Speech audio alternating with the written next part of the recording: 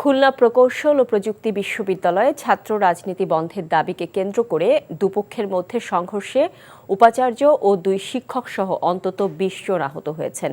সংঘর্ষের ঘটনায় পরস্পরের বিরুদ্ধে অভিযোগ তুলেছে জাতীয়তাবাদী ছাত্রদল ও বৈষম্য বিরোধী ছাত্র আন্দোলন। এদিকে মঙ্গলবার রাতে প্রেস ব্রিফিংয়ে সাধারণ শিক্ষার্থীদের ওপর ছাত্রদল ও বিএনপি কর্মীদের হামলার অভিযোগ করা হয়। হামলাকারীদের বিরুদ্ধে যথাযথ ব্যবস্থা নেয়া, ভিসির পদত্যাগ সহ 5 দফা দাবি আদায় না হওয়া পর্যন্ত সব ক্লাস পরীক্ষা বর্জনের ঘোষণা দেওয়া হয়েছে। প্রত্যক্ষদর্শীরা জানায়, গত কদিন ধরে কুয়েট শিক্ষার্থীদের বিভিন্ন মেসেঞ্জার গ্রুপে ছাত্রদলের কমিটি গঠন নিয়ে বিভিন্ন প্রতিক্রিয়া চলছিল। সোমবার তারা ক্যাম্পাসে লিফলেট বিতরণ করে। মঙ্গলবার সকালে ছাত্র রাজনীতি বন্ধের দাবিতে শিক্ষার্থীরা মিছিল বের করে।